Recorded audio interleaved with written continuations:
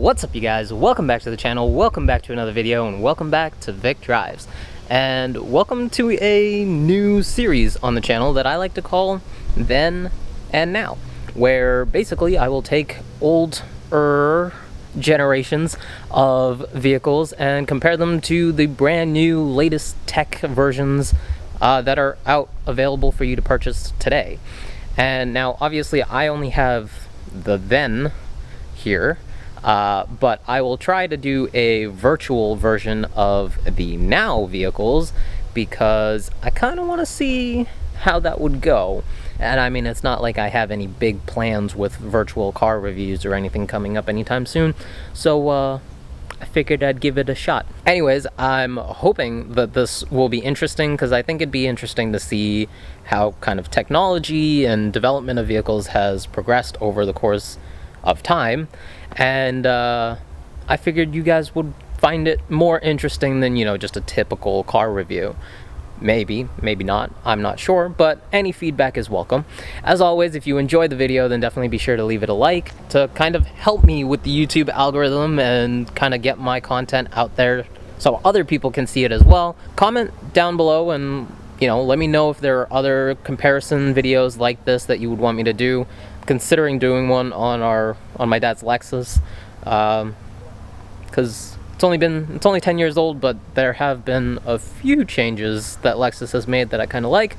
And consider subscribing to the channel if you haven't already, because we have tons of different things that I am trying, and so maybe you'll like something that I do. But without further ado, let's get into the video. Europe, America, Japan. Over the last century and a half, cars have played a huge role in the development of our society as we know it. Some models and brands were very short-lived, while others have been around for almost 100 years. So what's changed since then? Let's find out together. Welcome to Then and Now. First things first, let's start with the price. So back in the year 2000, the ML320 had an MSRP of $35,300. Adding on the luxury and the convenience package, a sunroof, heated seats, and a special paint color, this specific one worked its way up to $40,615. Adding other packages and other features could work the price up even higher. And not to mention, there were also other engine variants that probably would have cost a decent amount more. Fast forward to 2020, and the GLE 350 4MATIC has a base MSRP of $57,250. If you were to add only the similar features to the vehicle that we are comparing it to, you would work your way up to $62,475. But there are a lot more options available now, and you could very easily get this spec'd out to almost $70,000. For the purposes of this comparison, we'll keep it to the basic few packages, just to, you know, keep it as fair as possible. Moving on to the engine.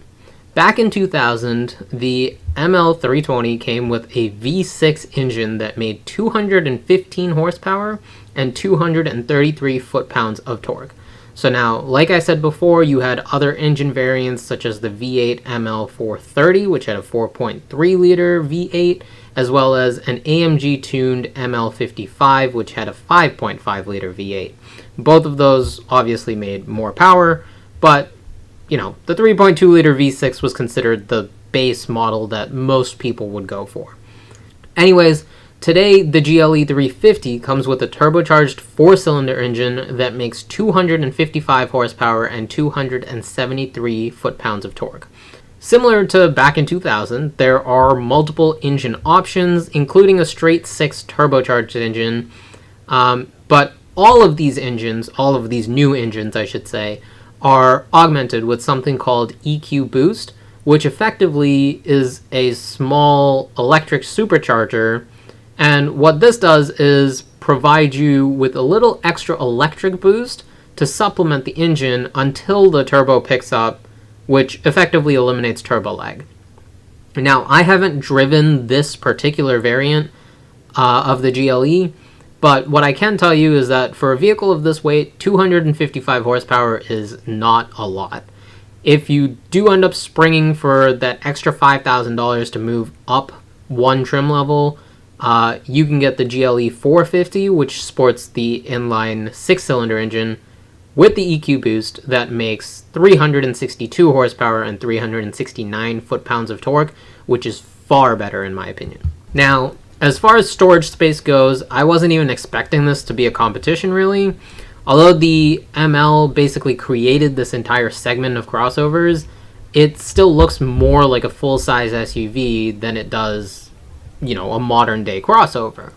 The boxy design, if you will, allows for a lot more things to fit in more of a vertical space.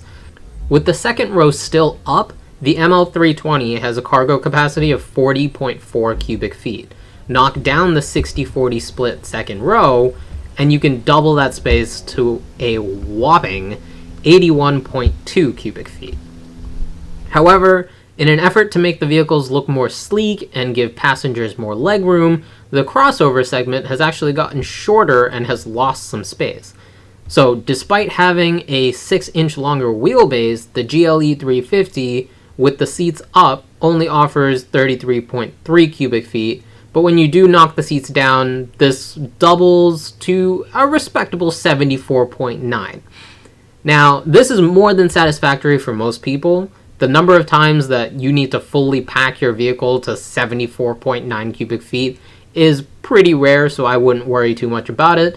But just as a comparison, I think it's interesting that, the manufacturers realized that people probably weren't using that space and decided that that was something that they could get rid of. Now, when we get to the features, there's a lot to talk about.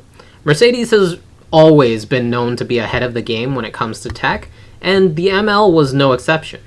Back in a time when having a radio antenna that stuck out of some random corner of your car and extended for 4 feet into the air was normal, the ML came with tons of features, including auto-dimming and heated side mirrors, auto up and down mirrors, like one touch, an integrated antenna in the back glass, automatic wipers, a sunroof, 4-channel ABS, and an intelligent all-wheel drive system, which would later be named 4MATIC, which is what you see on vehicles nowadays. Nowadays, most of these things are commonplace on even the most basic of cars, but 20 years ago, most cars didn't have anything that even compared to this. But when you come to present day, Mercedes still hasn't backed off. You still get automatic lights and wiper blades and auto-dimming mirrors, but you also do have air suspension that can detect defects in the road ahead and just adjust the suspension so that you don't feel as much as a bump. Something that wasn't available on the good old shocks and springs. Aside from that, you have parking sensors, a full 360-degree camera system to help you while you're parking, and various other sensors that can assist you while you're driving, including lane keep assist and blind spot warnings, just to name a few. Now, some of you might argue with me on this, but I think Mercedes makes some of the best interiors on the planet. Some companies come close, but the workmanship and quality of materials in a Mercedes is just something else. Back in 2000, Mercedes was sporting nice and comfortable powered and heated 6-way adjustable bucket seats wrapped in leather that has still yet to crack or fade 20 years later. And these seats have provided for some of the most comfortable road trips that I can remember. Present day, the seats that Mercedes make are still arguably some of the most comfortable out there, but now they have something like 16 different adjustments, including a headrest adjustment, which might be overkill, but it's there. You now also have the option to decorate these with normal leather, like the ML had, or Mercedes' new Designo leather, which is so smooth you literally never want to get out of it. Now, the Designo leather has only been around for a couple of years, so I can't speak to how well it will hold up under 20 years of daily use. But if it's still built to Mercedes standard, I'm willing to put money down that those things will last pretty long. However, something you do have in 2020 that you didn't have at the start of the century is massaging seats, which Mercedes has basically implemented through their lineup at this point. You can get a back massage while you drive and then keep the rest of you warm or cold depending on what setting you set your seat to. But now for the real test, infotainment. Over the last 20 years, we as a society have progressed so far with regards to technological milestones.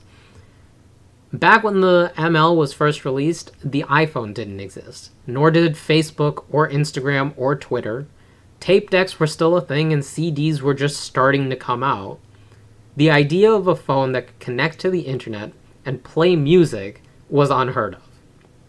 But in the year 2000, Mercedes went above and beyond, implementing a 4-inch screen that could display maps and give you directions instead of you having to open up MapQuest or Google Maps at home, printing out your directions, and then using those on the road trip.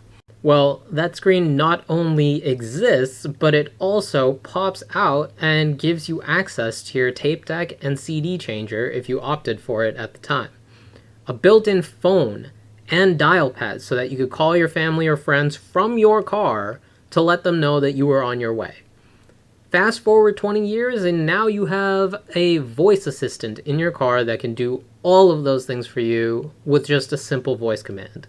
Dual digital screens that can provide every imaginable piece of information you could need as a driver.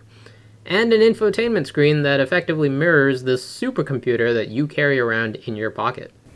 Now, obviously, I own the ML, so I'm a little bit partial here, but if you are a new or prospective buyer of the new ML, or the GLE as it's now known, here are my final thoughts. First and foremost, you're going to want more than the base 255 horsepower.